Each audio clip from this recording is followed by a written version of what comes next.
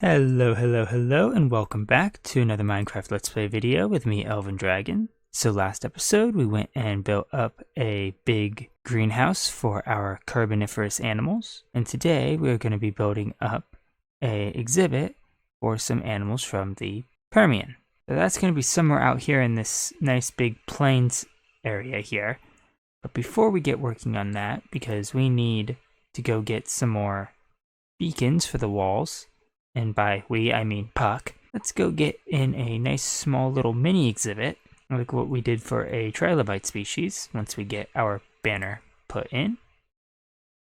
What we're going to do is we're going to do this little mini exhibit for the oldest living thing that we know of. So I've already gone out and dug out a little space for the tank, and what we're going to put in here is a structure formed by these tiny little cyanobacteria that's called stromatolites. These are effectively layered mounds of sediment and are some of the oldest fossils that we have.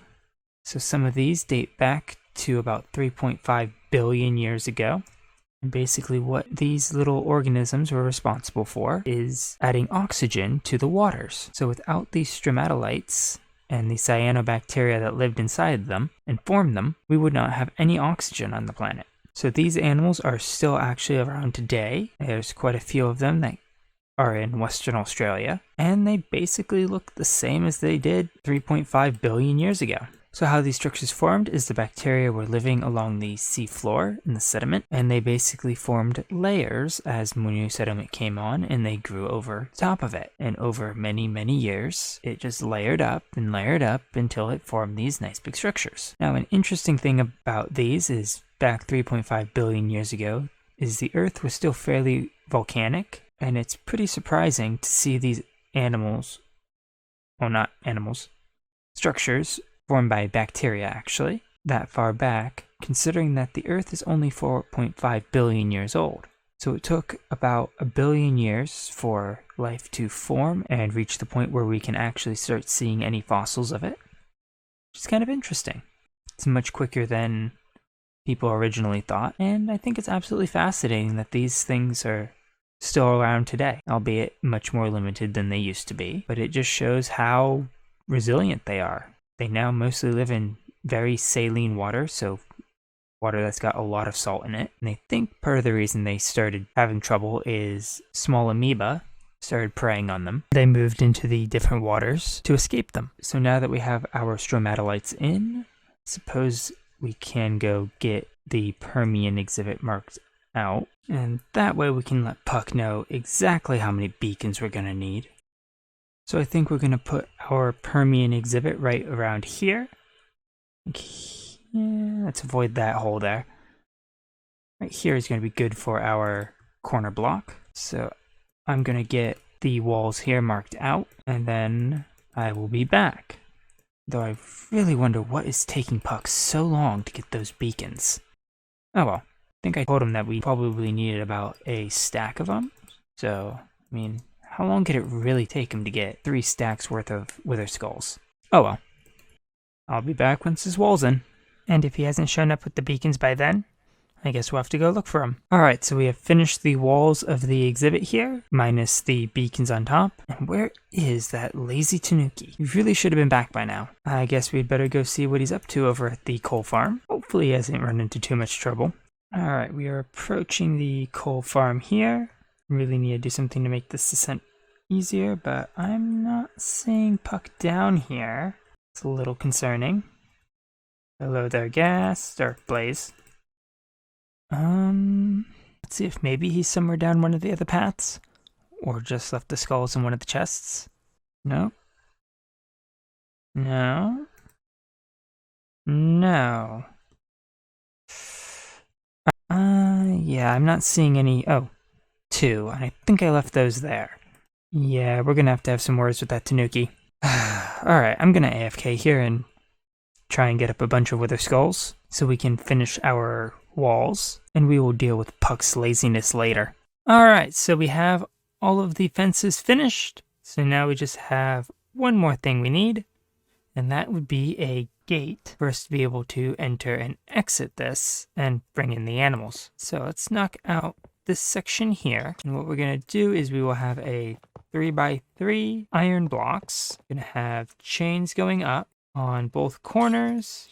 We will raise this up by a block for the pillars, put a crossbar, and put our topping back on. Let's see. Yeah, I think that looks pretty good. It's just a simple little gate that can be raised and lowered. Well, not actually, but you get the idea. So now all we have is to add in the plant life for this area. So what I think we're going to do is we'll just do some of our small cycads. Nothing too fancy. Just scatter some of those about here. Probably take out most of this grass and replace that with ferns. But we don't want too many plants because although the Permian was still very warm and had quite a bit of plant life, the great rainforests of the Carboniferous have collapsed.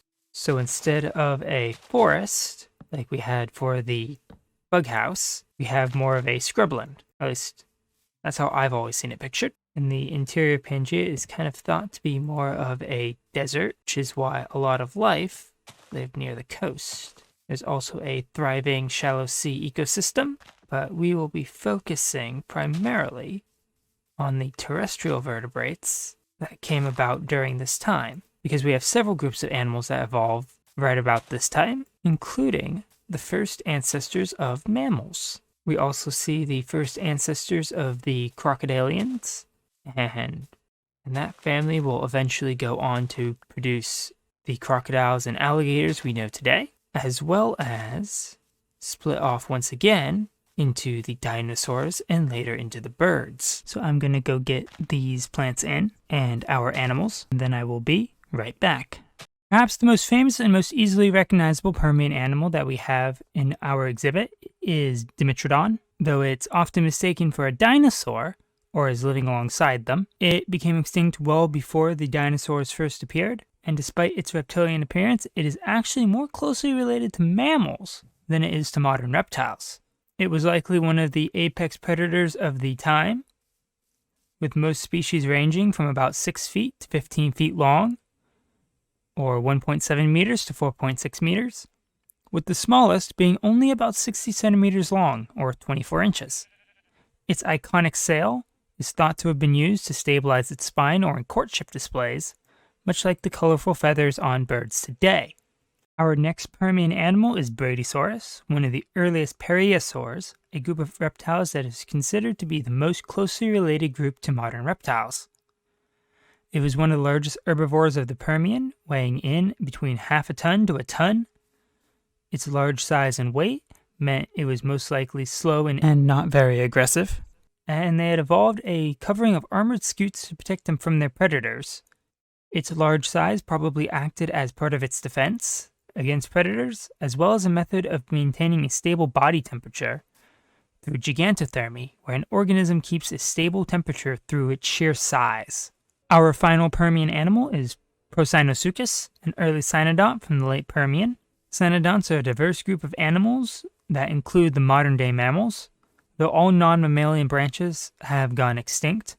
It may have been semi-aquatic, with the shape of its spine and tail suggesting that it might have had a degree of flexibility, allowing it to swim like an eel through the water. It also had some structures on its hind legs that suggests that it might have been able to use its limbs like paddles to swim through the water, though we may never know for certain. And so as all things must eventually come to an end, with the end of the Permian, we also come to the end of the Paleozoic. And with it, we have the third mass extinction in the history of the Earth, one that is so bad it has gotten the name the Great Dying. During this mass extinction, about 80% of all marine species died out, as well as 70% of all terrestrial vertebrate species. So two of the theories that we have for this is that the formation of Pangaea basically destroyed the shallow water ecosystems, and massive volcanic eruptions in places such as the Siberian Traps made the atmosphere toxic enough to basically wipe out any species that weren't hardy enough to survive. And to quote Jurassic Park,